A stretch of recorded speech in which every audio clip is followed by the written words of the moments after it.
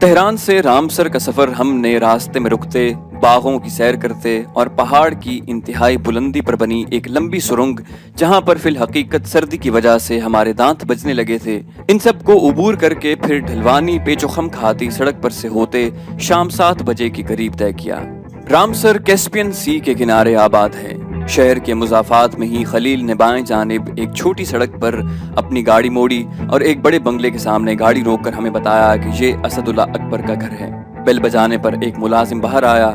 خلیل نے فارسی زبان میں اسے کہا کہ تہران سے مہمان آ گئے ہیں۔ ملازم اندر گیا اور چند منٹوں میں ہی اسد اللہ اکبر نے باہر آ کر ہم سب سے معانقہ کیا اور پرانی رسم و رواج کے مطابق ہم نے ایک دوسرے کے گال چومے۔ اسد اللہ کے 2 اور ملازم بھی آ گئے اور ہمارا سامان اٹھا کر اندر لے گئے۔ خلیل اور دوسرے ڈرائیور نے بھی رامسر میں ہمارے قیام کے دوران وہیں ٹھہرنا تھا۔ اسد اللہ نے انہیں سرونٹ کوارٹرز کی طرف بھیجا اور ہمیں گھر کے اندر لے گیا۔ اس کے وسیع ڈرائنگ روم میں ایک جانب مغربی انداز کے صوفے اور ٹیبل وغیرہ تھے اور دوسری طرف مشرقی انداز کی نشست گاہ تھی۔ ایک بڑے اور قیمتی قالین پر سفید چادر بچھی ہوئی تھی اور دونوں دیواروں کے ساتھ مخملی گاؤں تکیے پڑے ہوئے تھے۔ اسد اللہ اکبر نے کہا کہ ہم پہلے غسل کر کے تھکاوٹ دور کر لیں، پھر ڈرائنگ روم میں نشست ہوگی۔ اس نے اپنے بنگلے کے 6 کمرے ہمارے لیے تیار کر رکھے تھے۔ ہم نے غسل کیا، تازہ دم ہوئے اور آدھ گھنٹے کے اندر ڈرائنگ روم کی فرشی نشست گاہ میں بیٹھ گئے۔ اسد اللہ ہم سے اتنی بے تکلفی اور اپنائیت برت رہا تھا جیسے ہم برسوں سے اسے جانتے ہوں، اور اس کی انگریزی، اردو اور فارسی کی ملی جلی گفتگو کانوں کو بہت بھلی محسوس ہوتی تھی۔ فارسی کو دنیا بھر میں شیریں زبان کہا جاتا ہے۔ میں تھوڑی بہت فارسی جانتا تھا، لیکن اپنی اس کم مائیگی کو میں نے چھپائے رکھا اور ہم سب انگریزی اور اردو میں باتیں کرتے رہے۔ پہلے تازہ پھلوں کے کئی تشت ہمارے سامنے رکھے گئے اور پھر چائے اور خشک فروٹ۔ ایرانی میزبان ایک لمحے کو بھی اپنے مہمانوں کو کچھ کھاتے پیتے بغیر نہیں دیکھ سکتے۔ آپ نے ذرا سا ہاتھ بڑھایا اور میزبان نے آپ کے نانا کرنے کے باوجود آپ کی پلیٹ بھر دی۔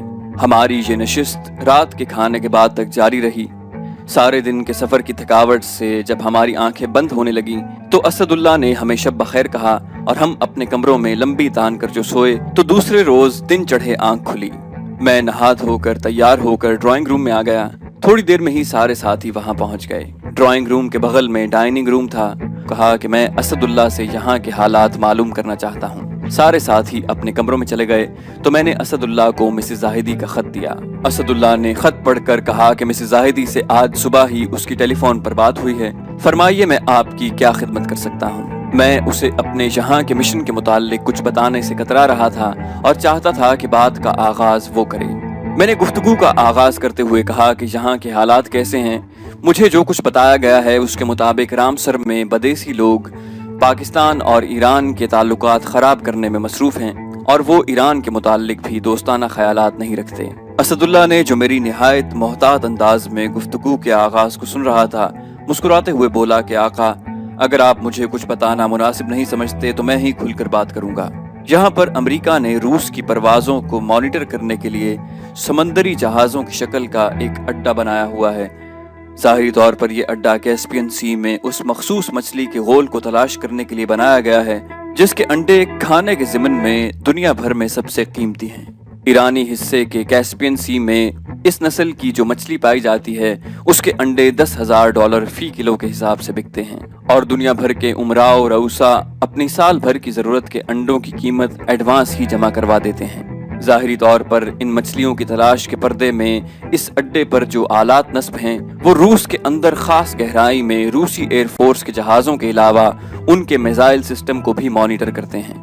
میرے یہ پوچھنے پر کہ کیسپین سی کے کنارے اس الگ تھلگ شہر میں وہ پاکستان اور ایران کے تعلقات پر کیسے اثر انداز ہو سکتے ہیں، اسد اللہ نے کہا کہ بہت آسانی سے۔ شاہ کا سرمائی محل یہاں ہے اور موسم سرما میں وہ اکثر اپنے دوست احباب کے ساتھ یہاں تفریح کے لیے آتا ہے۔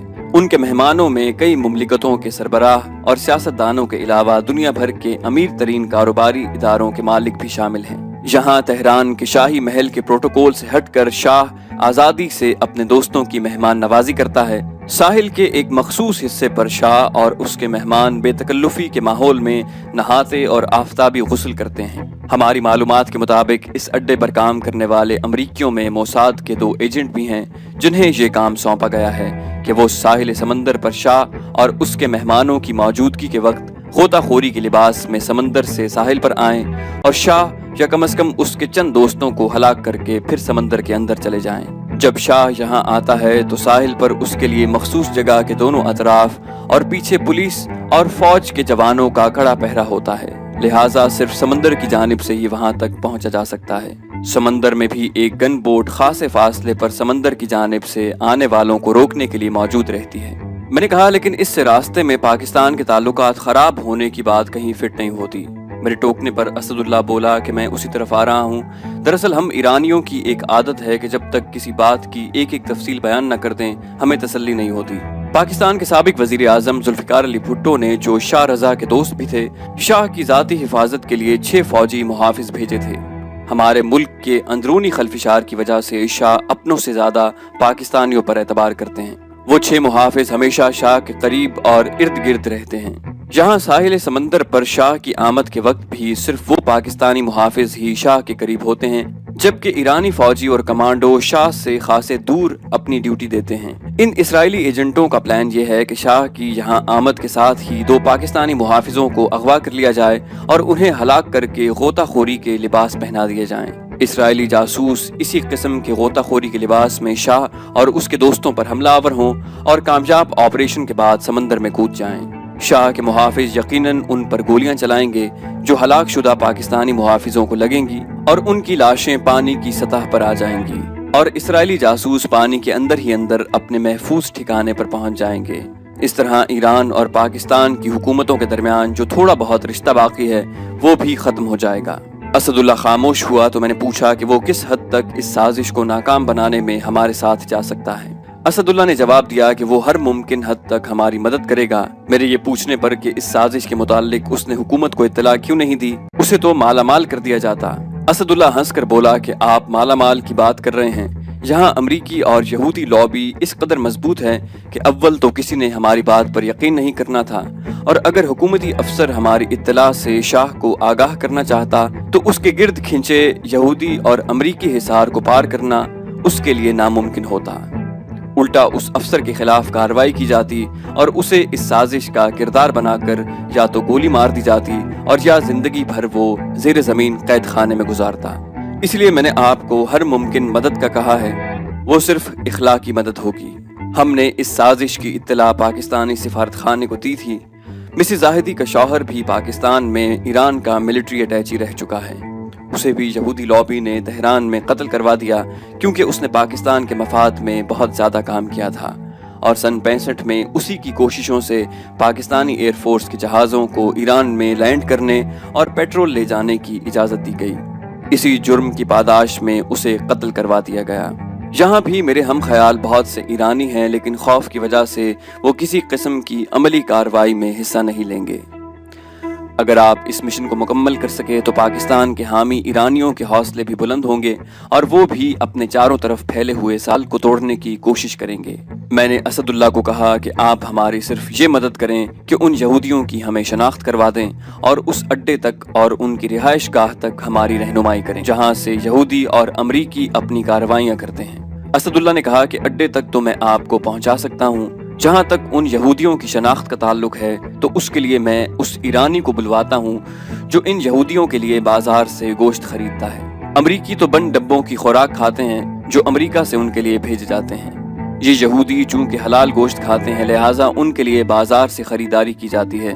اسد اللہ مجھ سے رخصت ہو کر شہر کی طرف گیا۔ میں نے ڈرائنگ روم میں اپنے ساتھیوں کو بلوایا اور انہیں اسد اللہ سے ہونے والی گفتگو کے متعلق بتایا۔ ماہا نے کہا کہ آپ لوگ پہلے اڈا اور اس میں کام کرنے والوں کی تعداد اور اسرائیلیوں کو شناخت کر لیں۔ اپنے ہم وطنوں سے کیوں کر نمٹا جاتا ہے، یہ کام مجھ پر چھوڑ دیں۔ آپ مشن کے دوران مجھے صرف کور دیں، باقی سب کچھ میں کروں گی۔ میں نے ماہا سے کہا کہ ابھی تو ہمیں ان اسرائیلیوں کو تلاش کرنا ہے، اس کے بعد میں یہ فیصلہ کروں گا کہ مشن کو کس طرح اور کون انجام دے گا۔ دراصل میں یہ نہیں چاہتا تھا کہ ہم ہٹے کٹے مردوں کی موجودگی میں ماہا سے محض اس لیے کام لیا جائے کہ وہ ہماری ٹیم کی ممبر ہے اور موساد کے ایجنٹوں کو زیادہ بہتر طور پر ٹریٹمنٹ دے سکتی ہے۔ اسی روز شام ڈھلے اسد اللہ کے ملازم نے مجھے میرے کمرے میں آ کر کہا کہ اسد اللہ اور ایک آدمی ڈرائنگ روم میں میرا انتظار کر رہے ہیں۔ اسداللہ نے اس ملاقاتی کا یہ کہہ کر تعارف کروایا کہ یہ امریکی اڈے پر کام کرنے والے یہودیوں کے لیے بازار سے سودا سلف لاتا ہے۔ اس شخص کے چہرے اس آدمی سے ہی عیاری جھلک رہی تھی۔ میں تو یہ سمجھا تھا کہ اسداللہ اس سے ان یہودیوں کی شناخت کے متعلق خود پوچھ کر مجھے بتائے گا، لیکن وہ اس آدمی کو ہی لے آیا۔ رامسر جیسے چھوٹے اور کم آبادی والے شہر میں اپنے مشن کی وجہ سے اپنے اور اپنے ساتھیوں کی پہچان کو ہر ممکن حد تک چھپانا چاہتا تھا، اسی لیے میں نے ساتھیوں کو تاکیداً کہہ دیا کہ وہ گھر سے باہر نہ جائیں۔ یہودیوں کے لیے کام کرنے والے اس شخص نے اگر انہیں ہماری آمد کے متعلق کچھ بتا دیا تو وہ یقیناً بہت محتاط ہو جائیں گے۔ بہرحال تیر کمان سے نکل چکا تھا، اسے واپس تو نہیں لایا جا سکتا، ہمیں اب آگے کا سوچنا تھا۔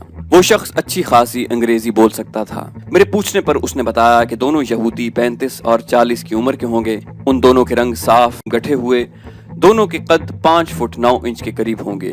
خیر یہ تو کوئی خاص بات نہ تھی جسے سامنے رکھ کر ان کی شناخت کی جاتی۔ میرے مزید کوریدنے پر اس نے کہا کہ وہ عربی اور فارسی روانی سے بولتے ہیں اور اکثر دن کے وقت سمندر میں نہاتے اور گیس سلنڈروں کے ساتھ غوطہ خوری کرتے ہیں۔ میرے پوچھنے پر کہ وہ تو ان یہودیوں کے لیے صرف سودا اور گوشت وغیرہ لاتا ہے، پھر اسے کیسے ان کے سمندر میں نہانے اور غوطہ خوری کا علم ہوا؟ اس نے کہا کہ بعض اوقات جب میں سودا خرید کر انہیں دینے جاتا ہوں تو وہ غوطہ خوری کے لیے گئے ہوتے ہیں۔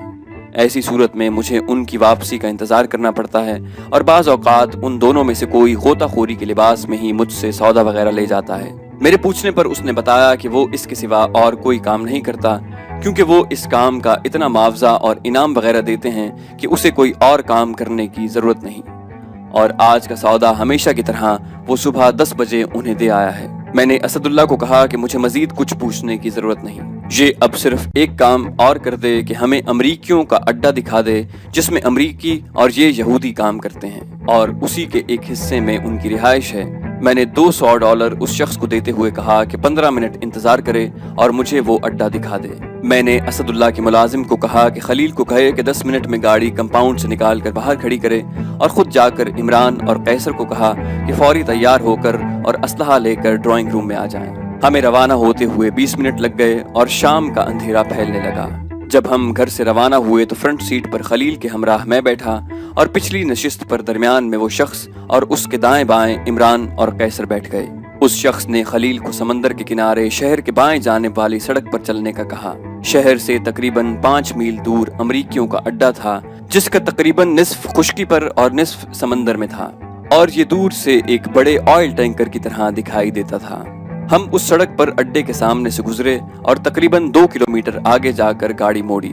اڈے پر داخلے کے دروازے پر 2 امریکن میرین گارڈ روم کے باہر کھڑے تھے اور 8-9 امریکی گاڑیاں پارکنگ میں کھڑی تھیں۔ داخلے کی جگہ پر بیریئر لگا ہوا تھا اور اس کے ساتھ ہی گارڈ روم تھا۔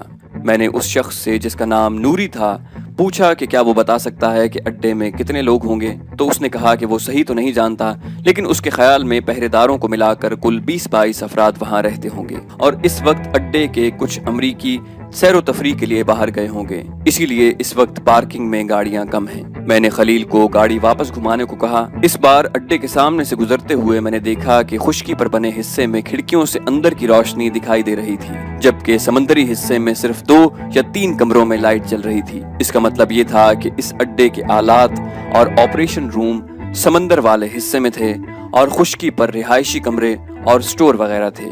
ہم گاڑی کو اسی سڑک پر مزید 7 کلومیٹر آگے لے گئے۔ وہاں پر ایرانی حکومت کا چھوٹا سا شپ یارڈ تھا جس میں کیسپین سی میں مچھلی پکڑنے والے ایرانی ٹرالر اور موٹر لانچوں کی مرمت ہوتی تھی۔ اس شپ یارڈ اور امریکی اڈے کے درمیان وہ ساحل تھا جہاں شاہ اور اس کے دوست سمندر میں، وہاں پر 2 کلومیٹر کے لگ بھگ ساحل پر بورڈ لگے ہوئے تھے کہ جہاں ساحل پر اترنے اور سمندر میں نہانے کی ممانعت ہے۔ ان دونوں بورڈوں کے پاس ہی پولیس گارڈ کی 2 خالی چوکیاں تھیں۔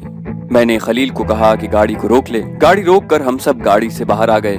میں نے نوری کے کندھے پر ہاتھ رکھا اور سڑک کی دوسری جانب لے جاتے ہوئے اس سے پوچھا کہ کیا اس کے پاس کوئی گاڑی ہے۔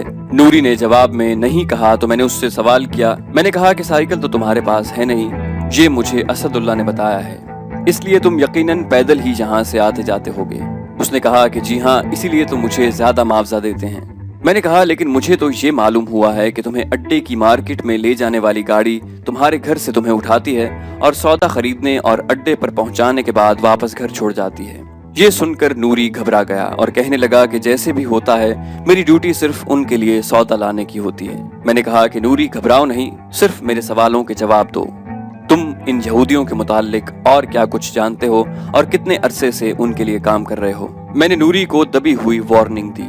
وہ بولا کہ میں 4 سال سے ان کے ساتھ کام کر رہا ہوں اور اس کے علاوہ اور کچھ نہیں جانتا جو آپ کو پہلے بتا چکا ہوں۔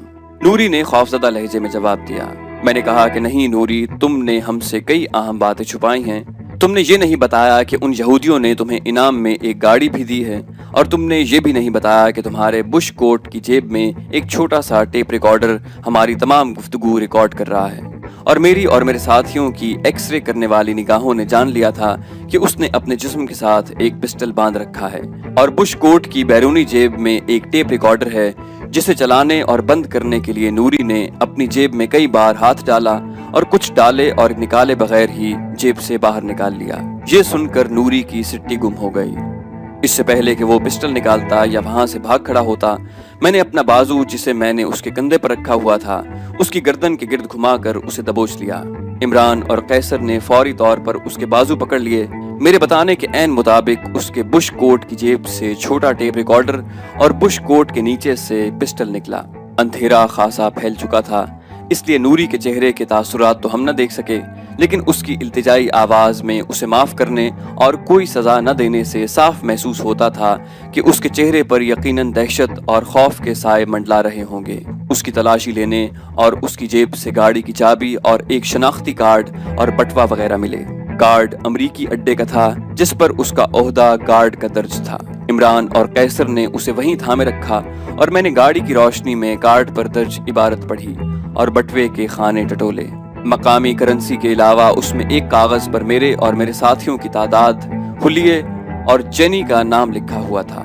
ہمارے رامسر پہنچنے سے پہلے ہی اڈے پر ہماری آمد کی اطلاع پہنچ چکی تھی اور نوری کی یہ ڈیوٹی لگائی گئی تھی کہ ہمیں رامسر میں تلاش کرے۔ اسے یہ زحمت اٹھانے کی نوبت نہ آئی اور اسد اللہ نے اسے بلا کر ہمیں خود اس کے جال میں پھینک دیا تھا۔ کیا اسد اللہ کی یہ حرکت دانستہ تھی یا ہمیں اس کا کھوج لگانا تھا؟ نوری ابھی اس غلط فہمی میں تھا کہ ہم اسے پوچھ گچھ کے بعد چھوڑ دیں گے۔ نوری نے کہا کہ آپ اپنے $200 واپس لے لیں اور مجھے جانے دیں۔ امریکیوں کے پاس ملازمت کرنا کوئی جرم تو نہیں، اگر مجھے کوئی غضن بھی پہنچا تو وہ آپ لوگوں کو نہیں چھوڑیں گے۔ نوری ابھی وہیں کھڑا اپنے ہوش و حواس کنٹرول کرنے کی کوشش کر رہا تھا کہ میرے سائلنسر لگے پسٹل سے 2 گولیاں نکلیں اور نوری کے سینے میں پیوست ہو گئیں۔ ایک چیخ مار کر نوری وہیں گر پڑا۔ نوری تو دونوں پہلی گولیوں سے ہی ہلاک ہو چکا تھا، یہ تیسری گولی اس کی موت کو یقینی بنانے کے لیے تھی۔ ہم اس کی لاش کو وہیں چھوڑ کر اپنی گاڑی میں آ بیٹھے اور خلیل کو واپس چلنے کا کہا۔ میرے ذہن میں ایک فوری پلان آیا۔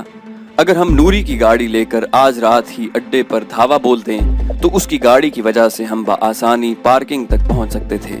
میرے پلان کے خد و خال ابھی واضح نہیں تھے۔ میں نے خلیل کو، جس نے آتے وقت نوری سے اس کے گھر کا ایڈریس پوچھ لیا تھا، اس کے گھر چلنے کو کہا۔ فلیٹوں کی ایک قطار میں اس کے گھر کے سامنے اس کی اسٹوڈی بیکر گاڑی کھڑی تھی۔ میں نے قیصر کو گاڑی کی چابی دی اور 2-3 منٹ میں ہی ہم اور قیصر اس کی گاڑی میں پیچھے پیچھے گھر کی جانب روانہ ہو گئے۔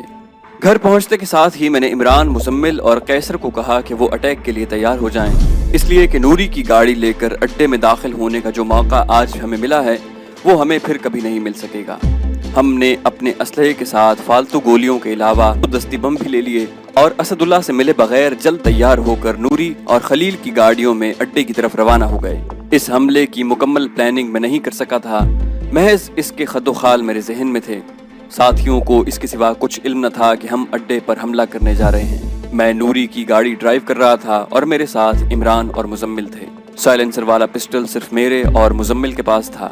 ہم اڈے کے قریب پہنچے تو میں نے گاڑی روک کر ساتھیوں کو کہا کہ ہمیں اتنا وقت شاید ہی مل سکے کہ ہم 20-22 افراد میں سے 2 یہودیوں کو تلاش کر سکیں، اس لیے میں نے فیصلہ کیا کہ جو بھی ہمارے سامنے آیا اسے جہنم واصل کریں گے، اور اگر ممکن ہو سکا تو سارے اڈے کو، ورنہ اس کے سمندر والے حصے کو جہاں مانیٹرنگ کے آلات نصب ہیں، تباہ کر دیں گے۔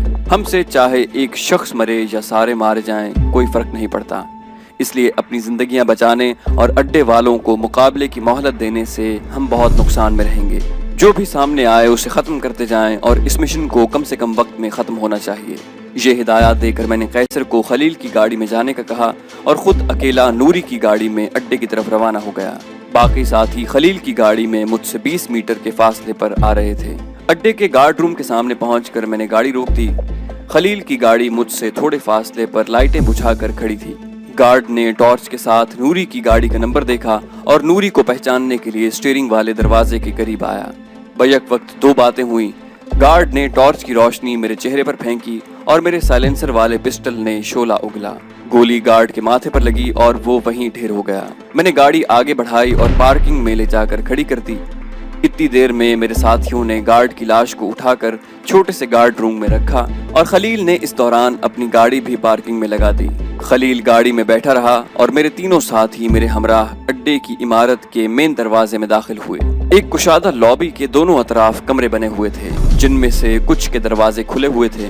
دروازوں کے کمروں میں ایک امریکی اپنے بیڈ پر لیٹا کچھ کر رہا تھا۔ لابی کی ایک جانب مزمل نے سنبھال لی اور دوسری طرف میں نے۔ مزمل کے ساتھ عمران تھا اور میرے ساتھ قیصر۔ کھلے دروازوں میں کھڑے ہو کر میں اور مزمل ہیلو کہتے، امریکی ہماری طرف دیکھتا اور اسی وقت میرے اور مزمل کے سائلنسر والے پستول اپنے اپنے شکار کو گرا دیتے۔ ہم نے 2 بار اپنے پستولوں کے میگزین تبدیل کیے اور کھلے دروازوں والے دونوں جانب کمروں میں اپنے شکار کو ہلاک کرتے ہم نے بند دروازوں کو آہستہ آہستہ کھٹکھٹانا شروع کیا۔ ہمارے کھٹکھٹانے پر کمروں کے دروازے کھلتے، شب خوابی کا لباس پہنے امریکی دروازہ کھولتے اور فوراً ہماری گولیاں ان کے سینوں میں پیوست ہو جاتی۔ ہمارے نشانے اتنے پختہ ہو چکے تھے کہ ایک گولی سے ہی دشمن کی بے جان لاش بغیر آواز نکالے گر جاتی۔ یہ ایک حقیقت ہے کہ کوئی انسان جب کسی دوسرے انسان کو مارتا ہے تو اس کی ذہنی کیفیت نارمل نہیں رہتی۔ جھجک اور احساس صرف پہلی گولی چلانے تک ہی ہوتا ہے، پھر تو ایک ایسی جنونی کیفیت طاری ہوتی ہے کہ 20 کیا سینکڑوں انسانوں کو بھی ہلاک کر دیا جائے تو سیری نہیں ہوتی۔ میں اور میرے ساتھی اس کیفیت سے کئی بار گزر چکے تھے اور اب بھی ہماری یہی حالت تھی۔ دوران جنگ جب دشمن سامنے ہو تو پھر کون گنتی کرتا ہے کہ اس کے ہاتھوں کتنے دشمن مارے گئے؟ اس وقت صرف یہی خیال ہوتا ہے کہ کوئی گولی بھی ضائع نہ جائے۔ ہم نے جب اس گیلری کے تمام کمروں میں جتنے بھی لوگ تھے انہیں ختم کر دیا تو ہم سمندر والے حصے کی طرف آئے۔ ہم وہاں جانے ہی لگے تھے کہ ہمیں پیچھے سے ہینڈز اپ کی آواز آئی۔ ہم نے پلٹ کر دیکھا تو ایک امریکی میرین وردی پہنے ہم پر اپنا پسٹل تانے کھڑا تھا۔ یہ غالباً گارڈ روم کا دوسرا گارڈ تھا جو ہوائج ضروریہ سے فراغت کے لیے اپنے کمرے کے باتھ روم میں اس وقت گیا ہوگا جب ہم نے وہاں کھڑے گارڈ کو ہلاک کیا تھا۔ میں نے اور عمران نے ہاتھ اٹھا لیے۔ ہم چونکہ ہینڈز اپ کی آواز پر پیچھے کی جانب پلٹ گئے تھے اس لیے کرنل مزمل جو پہلے مجھ سے آگے قیصر کے ہمراہ سمندری حصے کی جانب جا رہا تھا اب ہمارے پیچھے تھا۔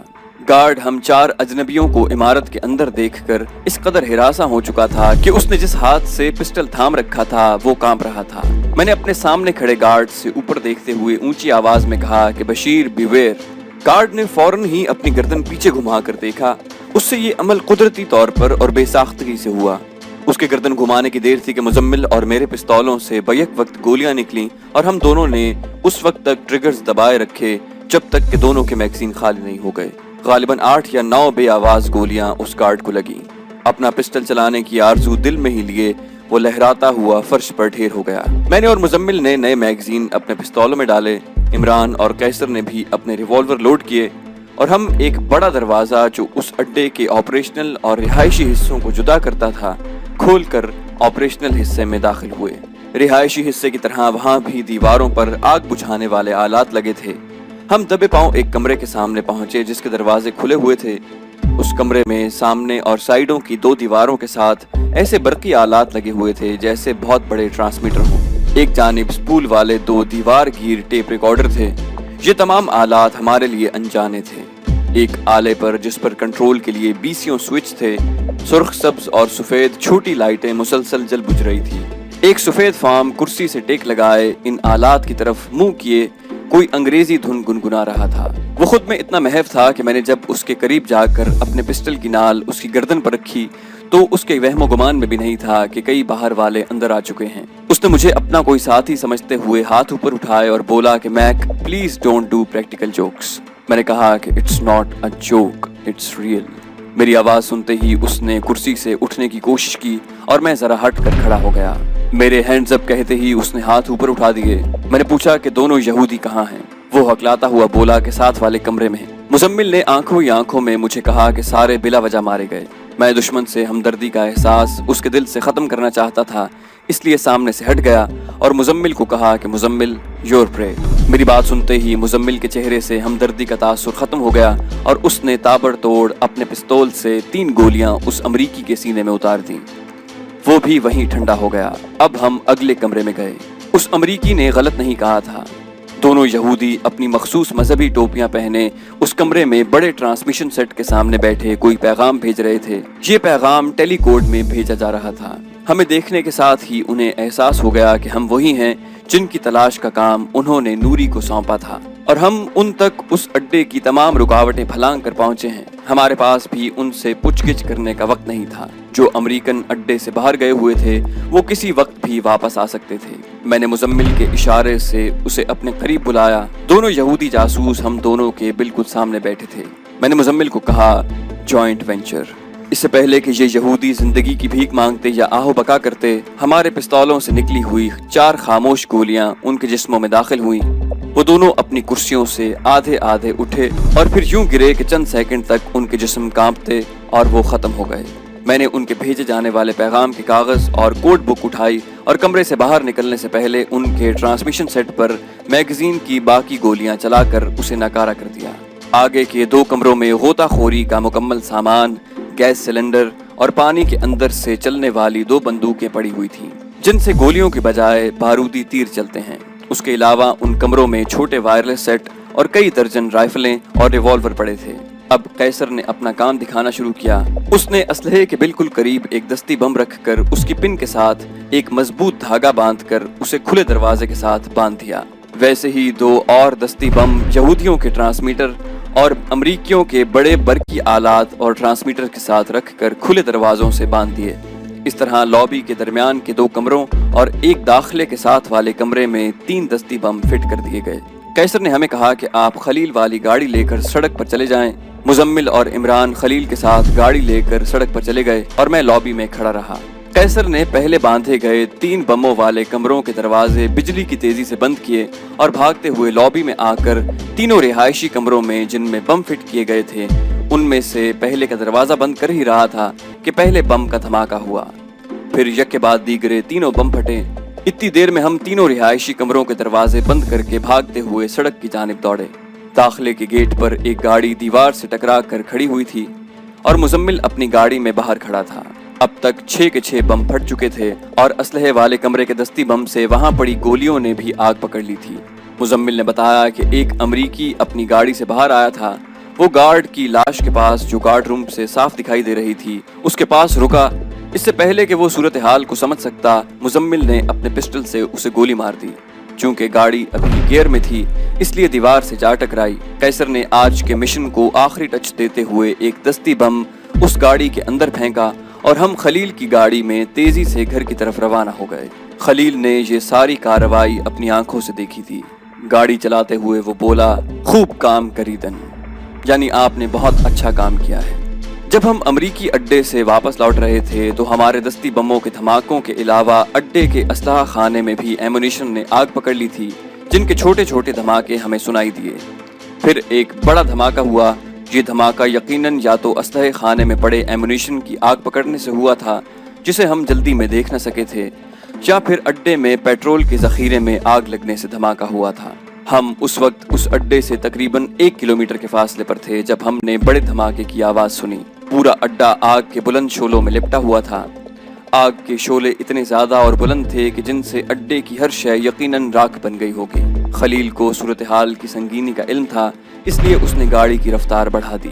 وہ جلد از جلد اس چوراہے پر پہنچنا چاہتا تھا جہاں سے 3 اور سڑکیں مختلف اطراف کو جاتی تھیں، اور یہ چوراہا شہر کے تقریباً وسط میں واقع تھا۔ اس امریکی اڈے میں دھماکے کی آواز شہر میں صاف سنائی دی ہوگی، اور اڈے سے اٹھنے والے بلند شعلے بھی لوگوں نے دیکھے ہوں گے۔ اس لیے شہریوں کی ایک بڑی تعداد سڑکوں پر جمع تھی۔ سڑکوں پر لگی تیز لائٹس میں ہم نے دیکھا کہ اڈے کے تباہ ہونے سے لوگوں کے چہرے پر ایک انجانی خوشی دکھائی دے رہی تھی۔ یہ رد عمل تھا ایرانی عوام کی محرومیوں کا، جس کا لاوا مدتوں سے ان کے دلوں میں پک رہا تھا۔ انقلاب ایران کے بعد امریکہ کے خلاف ایرانیوں کی نفرت کے اظہار کو دیواروں پر لکھی عبارتوں سے بخوبی دیکھا جا سکتا ہے، اور امریکیوں کے خلاف بنے کارٹونوں سے عوام کی امریکہ سے بیزاری اور نفرت کا بخوبی احساس ہوتا ہے۔ ہم گھر پہنچے تو اسداللہ ہمارے انتظار میں گھر کے لان میں ٹہل رہا تھا۔ ہمیں ساتھ لے جا کر وہ سیدھا ڈرائنگ روم میں گیا۔ وہاں مہا اور جیسی و منصف بے چینی سے ہمارے منتظر تھے۔ مہا نے جب ہم چاروں کو صحیح سلامت دیکھا تو اس کے چہرے پر خوشی اور اطمینان کی لہریں دوڑ گئیں۔ اس نے ہم چاروں کو دیکھتے ساتھ ہی کہا کہ آپ چاروں بخیریت واپس آ گئے، ہم اسی لیے پریشان تھے۔ اپنی کارروائی کی کامیابی کا ابھی کچھ نہ بتائیے گا۔ اس کا ہم نے اپنی آنکھوں سے بلند ہوتے شعلے دیکھ کر اور کانوں سے دھماکوں کی آواز سن کر بخوبی اندازہ لگا لیا تھا کہ آپ اپنے مشن میں کامیاب ہوئے ہیں۔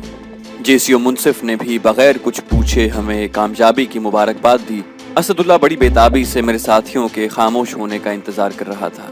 سب کچھ جانتے ہوئے بھی اپنی قومی عادت کے مطابق وہ مشن کی تکمیل کے دوران پیش آئے واقعات کی ہر طرح تفصیل جاننے کو بےتاب تھا۔ میں نے اسداللہ سے کہا کہ آپ پہلے کھانا لگوائیں کیونکہ بھوک سے ہمارا برا حال ہو رہا ہے۔ کھانے کے بعد قہوے کے دور چلیں گے جس کے دوران میں تمام واقعات آپ کے گوش گزار کروں گا۔ تھوڑی دیر میں ہی کھانا چن دیا گیا۔ کھانے کے بعد قہوے کی کیتلیاں آ گئیں اور ہم ڈرائنگ روم کے فرشی نشست پر بیٹھ گئے۔ میں نے اپنی طرف سے مختصراً سارا واقعہ بیان کیا، لیکن اسداللہ کے سوالات کے جواب دیتے دیتے 1 گھنٹے سے زائد وقت گزر گیا۔ میں نے اسے نوری کے متعلق بتایا کہ وہ امریکیوں کا وفادار اور پالتو تھا اور جیبی ٹیپ ریکارڈر سے ہماری ساری گفتگو ریکارڈ کر رہا تھا۔ اس کے پاس ایک لوڈڈ پسٹل بھی تھا، اس لیے پہلے اسے جہنم واصل کیا تاکہ وہاں اپنے آقاؤں کا خیر مقدم کر سکے۔ اسداللہ تو ابھی اور بہت کچھ پوچھنا چاہتا تھا، لیکن میں نے اسے کہا کہ ہم بہت تھک چکے ہیں اور صبح ہمیں تہران بھی جانا ہے، لہٰذا اب ہمیں اجازت دی جائے۔ اسے شب بخیر کہتے ہوئے ہم اپنے کمروں میں چلے گئے۔ میں نے خلیل کو کہلا بھیجا کہ صبح 9 بجے دونوں گاڑیاں تہران جانے کے لیے تیار ملیں۔ تو دوستو یہ تھی ہماری آج کی ایپیسوڈ۔ امید کرتے ہیں آپ کو ہماری ایپیسوڈ پسند آئی ہوگی۔ جانے سے پہلے اس ویڈیو کو لائک اور شیئر کرنا مت بھولیے، اور اگر ابھی تک آپ نے ہمارے چینل کو سبسکرائب نہیں کیا تو اسے سبسکرائب کیجئے اور بیل آئیکن پر کلک کیجئے تاکہ آپ کو ہماری تمام ویڈیوز بلا تاخیر ملتی رہیں، اور کامنٹ کر کے اپنی رائے کا اظہار کرنے کے ساتھ ساتھ اپنے پاک وطن کے لیے دعا کیجئے کہ اللہ تعالیٰ پاکستان کو دشمنوں اور غداروں کی شر سے محفوظ رکھے۔ ہم مزید ویڈیوز لے کر جلدی حاضر ہوں گے۔ اپنا اور اپنے وطن کا خیال رکھیے گا۔ اللہ حافظ۔